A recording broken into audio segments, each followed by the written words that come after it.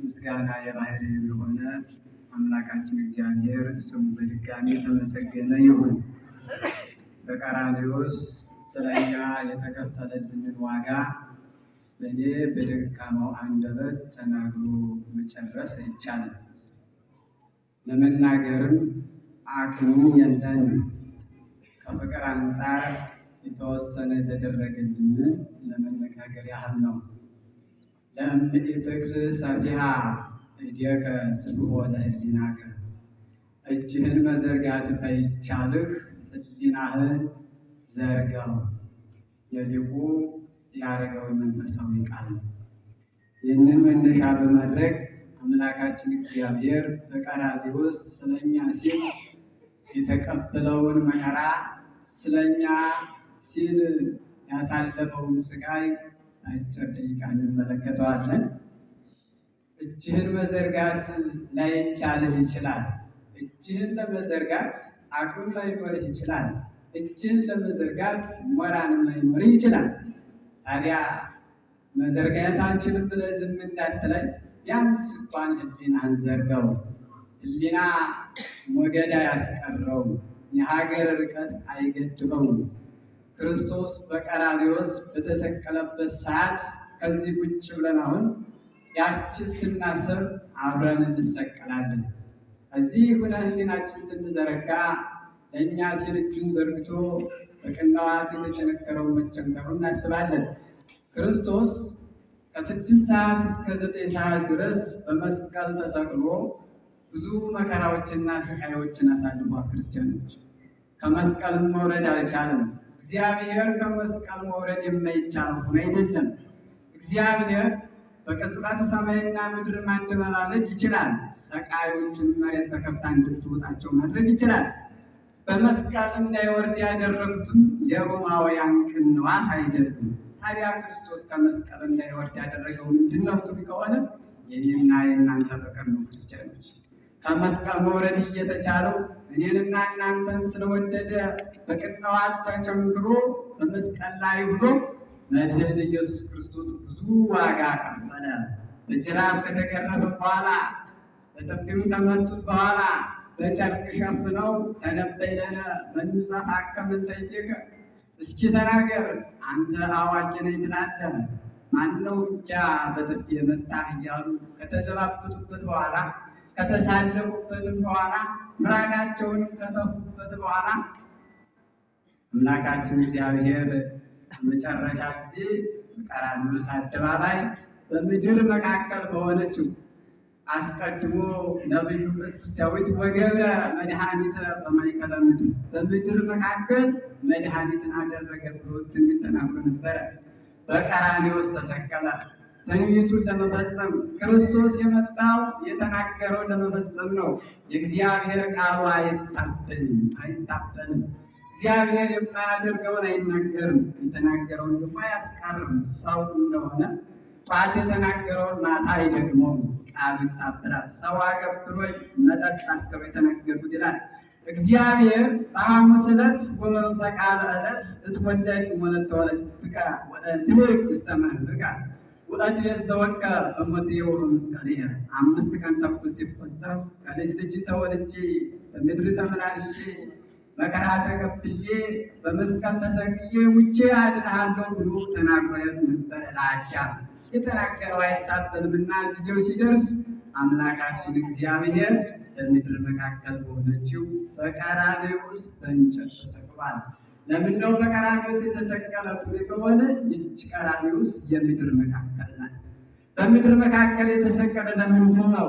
ወደ ሌላ ሀገር ቢሆን ኖሮ በተለይ እንደ ዘመኑ በሽታ ክርስቶስ የኛ ወገን ነው፣ የኛን ሀገር ነው የባረካት፣ የኛን ምድር ነው የረገጣት ብለው መለያየት እንዳያመጡ፣ መከፋፈል እንዳይመጣ ለሁሉም አማካይ በሆነች ቦታ እንደ መንፈሳዊ አስተምሮ እንደ መጽሐፍ ቅዱስ ቀራንዮስ ወይም ኢየሩሳሌም የምድር መካከል ናት። ጥናት ማድረግ ይቻላል። በዚህ ክርስቶስ የመጣው ለፍቅር ምክንያት ለመሆን ነው። ክርስቶስ የመጣው ሰዎች ለማዳን ነው። ሰዎች እንዳይለያዩ ምክንያት ለማሳጣት ነው በቀራንዮስ የተሰቀለው ክርስቶስ። ምክንያቱም ይህች ቀራንዮስ መካከል ናት። ሰውን ለማዳን እግዚአብሔር ብዙ ልክ ቅዱስ አትናቴዎስ እንደተናገረ ይላል። እግዚአብሔር ሰውን ለማዳን ብዙ እልፍ አእላፋት ምክንያቶች እያሉት፣ ነገር ግን መከራ መቀበልን ወደደ፣ በጅራፍ መገረፍን ወደደ። አንዴ ወደፊት እያዳፉት፣ አንዴ ወደ ኋላ እያዳፉት። የጲላጦስ ጭፍሮች ክርስቶስን ወደፊት በገመድ አስረው ይስቡት ነበረ። ተልተሎና እንጂ ምን ወደ ኋላ ትላለህ? ተፋጠን እንጂ እያሉ ወደፊት ሲቡት ወደፊት ሄዱ ይወድቅ ነበረ። በኋላ ደግሞ በገመድ አስረው ምን ትቻኮላለህ? ቀስ በል እንጂ አደከምከን እኮ እያሉ ወደ ኋላ ይስቡት ነበረ፣ ወደ ኋላ ይወድቅ ነበረ። በስተቀኝ በኩል ያሉት ደግሞ በቀኝ በኩል ገመድ ይዘው ሚዛን ጠብቅ እንጂ ምነው ወደ ግራ ትላለህ እያሉ ወደ ቀኝ ያዳፉት ነበረ። በስተግራ ያሉትም እንደዚሁ ሚዛንህን ጠብቅ እንጂ እያሉ እያዳፉት ነበር። እንዲህ ወደፊት ወደ ኋላ እየወደቀ እየተሳለቁበት ምራቅ እየጠፉት ክርስቶስ መከራ መቀበል ወደደ። ታዲያ እግዚአብሔር ሰውን ለማዳን ዝም ብሎ አይችልም ነበርን? ለምንድን ነው መከራ መቀበል እንደወደደ? ጥብ ከሆነ እንደ ሊቁ እንደ አትናቴዎስ ገለጻውንም ፍቅሩን በተግባር ይገልጥልን ዘንድ ነው። በመጽሐፍ የተጻፈውን በቃል የተነገረውን አልፎ በተግባር ይገልጥልን ዘንድ መድኃኔ ዓለም ኢየሱስ ክርስቶስ መከራ መቀበልን ወደደ። ክርስቲያኖች ቀራንዮስ ስናስብ፣ ክርስቶስ በመስቀል ላይ መሰቀሉ ስናስብ ሁለት ነገሮች ትዝ ይሉናል። አንደኛው የፍቅርን ኃያልነት ነው። ፍቅር ምን ያህል ከባድ ነው! ሰውን መውደዱ ክርስቶስን አቆሰለው። ሰውን መውደዱ በእንጨት ላይ አዋል። ሰውን መውደዱ ምራቅ እንዲጠባበት አደረገው። ሰውን መውደዱ ወደ ቀኝ፣ ወደ ግራ፣ ወደፊት፣ ወደ ኋላ እንዲወድቅ አደረገው። ስለዚህ ለዚህ ያበቃው ምንም ነገር ሳይኖር ፍቅር ነው። ሁለተኛው ደግሞ ቀራንዮስን ስናስብ፣ መድህን ኢየሱስ ክርስቶስ በመስቀል መሰቀሉ ስናስብ፣ ሕሊናችን ስንዘረጋ ቀድሞ ትዝ የሚለን የኃጢአትን አስቀያሚነት ነው። ክርስቲያኖች አስቡት። እግዚአብሔር ኃጢአት አልሰራም። እግዚአብሔር በደል የለበትም። እግዚአብሔር ኃጢአት በባህሪው አይስማማውም። ሰው እንደሆነ ጽድቅም ኃጢአትም ይስማማዋል። ልክ እንደ ነጭ ልብስ። ነጭ ልብስ ጥቁር ቀለም ቢቀቡት ይቀበላል፣ ቀይ ቀለም ቢቀቡት ይቀበላል። የሰው ባህሪ እንደዚህ ነው። ኃጢአትን መስራት ይስማማዋል፣ ጽድቅም መስራት ይስማማዋል። የክርስቶስ ባህሪው ግን ኃጢአት አይስማማውም። ለውሃ ባህሪ ቁረት እንጂ ሙቀት እንደማይስማማው፣ ለእሳት ባህሪ ደግሞ ሙቀት እንጂ ቁረት እንደማይስማማው፣ ለእግዚአብሔር ኃጢአት አይስማማውም። ንጹሕ ባህሪ ነው። ታዲያ ንጹሕ ቅዱስ እግዚአብሔር የተሰቀለ ለምንድን ነው ትሉ ይሆን? ስለ አዳም ኃጢአት ነው። ለካ ኃጢአት እንዲያስቀያሚ ናት። ንጹሕንና ቅዱስን እግዚአብሔርን አሰቀለች እኮ። ለካ ኃጢአት እንዲመራላት ከሰማይ እግዚአብሔር ወርዶ ምራቅ እንዲጠፋበት አደረገች ክርስቲያኖች። ስለዚህ ኃጢአትን እንጸየፋል።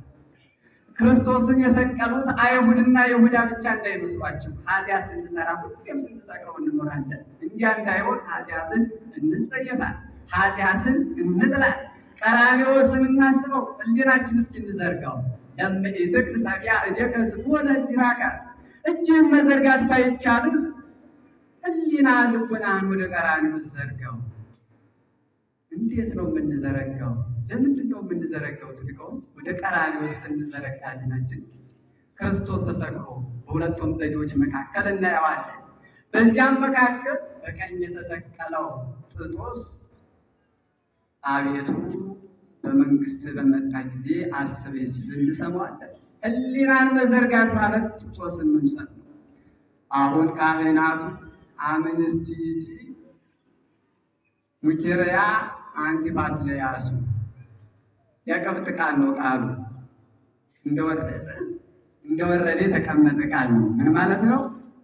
ተዘከረነ እግዚኦ በውስተ መንግሥትከ፣ አቤቱ በመንግስት በመጣ ጊዜ አስበን ማለት ነው።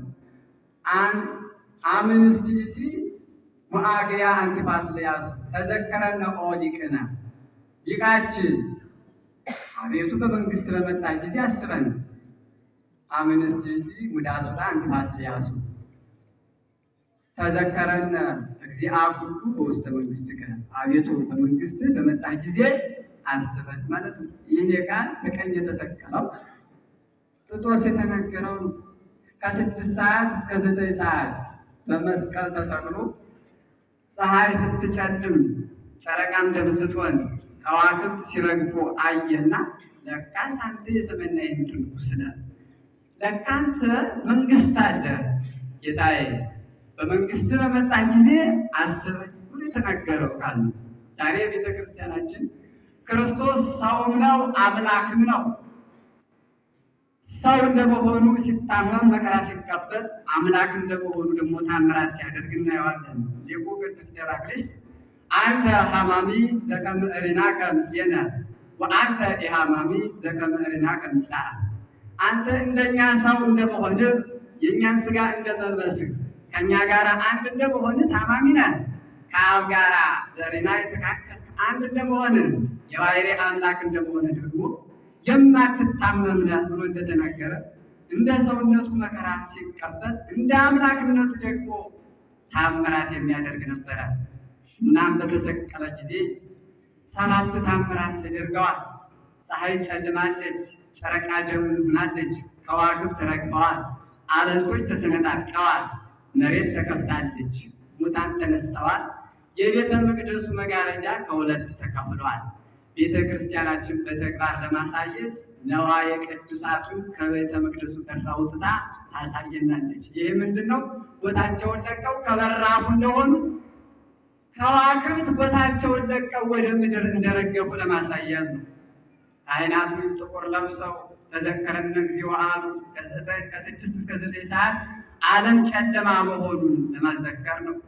ታምራትን ያደርግ ነበረ። ስግው ቃል ኢየሱስ ክርስቶስ ማለት ነው እና አምላካችን እግዚአብሔር በቀራንዮ ተሰቅሏል። ሕሊናን መዘርጋት ማለት ጥጦስን መሆን ነው። ጥጦስ በመንግስት በመጣ ጊዜ አስብ ማለት ነው። እግዚአብሔር ይመጣል። እግዚአብሔር በመንግስቱ ሲመጣ መከራ ተቀብሎ የነበረው ያን የተወገውን እጁን ጎኑ የተቸነከረውን እጁን እግሩን እያሳየ ነው የሚመጣ። የሰቀሉት የተዘባበጡበት እንዲያም ክርስቲያኖች ያን ጊዜ እንዳናፍር ዛሬ አቤቱ በመንግስት በመጣ ጊዜ አስበን ኃጢአታችን አትቆጣጠርብን እያልን ነው የምንሰግደው። ዕለተ ዓርብ የትንቢቱ ሁሉ ፍጻሜ የድነት ሁሉ ፍጻሜ ናት። ዕለተ ዓርብን ስናስብ ኃጢአታችንን እያሰብን ነው። የኃጢአትን መራርነቷን እያየን ማለት ነው እና ክርስቲያኖች እግዚአብሔር በመጣ ጊዜ እንዲያስበን እየወደቅ እየተነሳን በእውነት ሕሊናችን ወደ ቀራንዮ ዘርግተን ሁሌ ከዚያ ላይ ነው የእኛ ሕይወት የተመሰረተው፣ ከዚያ ነው በመከራ ነው የተመሰረተው። ቤተክርስቲያኒቱም እንደዚሁ ከዚያ ዘወር ያለለት ሕይወታችን ጨለማ ይሆናል። ሕይወታችን ጨለማ እንዳይሆን በዓለም ውበት እንዳንማረክ እናየው ዘንድ ደም ግባት የለውም ብሎ ነብዩ ኢሳይያስ እንደተናገረ ስለኛ ሲል የቆሰለውን፣ ስለኛ ሲል የደማውን፣ ስለኛ ሲል ስጋውን የቆረሰውን፣ ስለኛ ሲል ደሙን ያፈሰሰውን ክርስቶስን እንመልከተው። እግዚአብሔር ተሰቀለ ስንል እሱ ኃጢአት ሰርቶ ሳይሆን ስለኛ ነው። እግዚአብሔር ስላንተ ታመመ ወንድሜ ሆይ አንተም ስለ ወንድምህ ስለ ባልንጀራህ ታመም ይላል። ስለዚህ እኛ ብንጾም፣ ብንጸልይ፣ ብንወድቅ፣ ብንነሳ ስለ መተላለፋችን ነው፣ ስለ በደላችን ነው። ይልቁን ይህች ሳምንት እኛ መውደቃችን መነሳታችን ጥቂት ናት፣ እንደ ኃጢአታችን ብዛት ይህች ምን አለ። ስለዚህ የጊዜ ብዛት ሳይሆን የጥራት ነው የሚጠቅመን። ይህች 3 ሰዓት ለጥጦስ የድነት ጊዜ ሆናለች። ለእኛም የድነት ጊዜ እንድትሆንልን በመንግስቱም እንዲያስበን ሕሊናችን ወደ ቀራንዮ እንዘርገው። ቀራንዮ ስናስብ መስቀሉ ይታየናል። መስቀሉ ስናይ መከራው ሳይሆን ትንሣኤው ነው ትዝ የሚለን። መስቀሉ ስናይ ሕማሙ ሳይሆን ሕይወቱ ነው ትዝ የሚለን። ዕለተ ዓርብ ከሌለች ትንሣኤ የለም። እንስሳት የሌሉት የእንስሳትን ተዋጽኦ ተጠቅሞ ደስ የሚሰኝ ሰው የለም። ዕለተ ዓርብ የሌለችው ክርስቲያንም ትንሣኤ የለውም። ስለዚህ ዕለተ ዓርብን በመከራ ስናስብ፣ መስቀሉ ስናስብ ትንሣኤያችን እንዳለ እያሰብ ሕሊናችን ቀራንዮ ዘርግተን ሁሌም ቀራንዮን እየተመለከት ሕማሙን መከራውን እያሰብ እናቱ ድንግል ከመስቀል ስር ሆና ማንባቷን ዮሐንስም ማልቀሱን እያሰብ ድንግል ስለ ልጇ ታለቅስ ነበረ። ሌሎች ተተኪ ልጆች አሏቸው። እሷ ግን አንድያ ልጇ ነው። ስለሱ እያነባች እያለቀሰች መሪር የሆነ እንባን እያነባች አልቅሳለች። አክብሮቱም እንደዚሁ። ስለዚህ ክርስቶስ ዛሬ ተሰቅሏል። ለእኛ ብሎን የተሰቀለው ክርስቶስ ለእኛ ብሎ ሲሰቀል እኛ ደግሞ ለእሱ ያለንን ፍቅር የምንገልጠው መልካም ስነ ምግባራቶችን በማድረግና በመጾም በመጸለይ ነውና አክብሮቱን በማክፈል ነውና ይህን እያደረግ ክርስቶስን እንድንመስለው አምላካችን እግዚአብሔር ይርዳን። ያለ ሕማም ያለ መከራ ያለ ስቃይ በደስታና በሰላም በብርሃነ ትንሣኤው ያድርሰን። አሜን።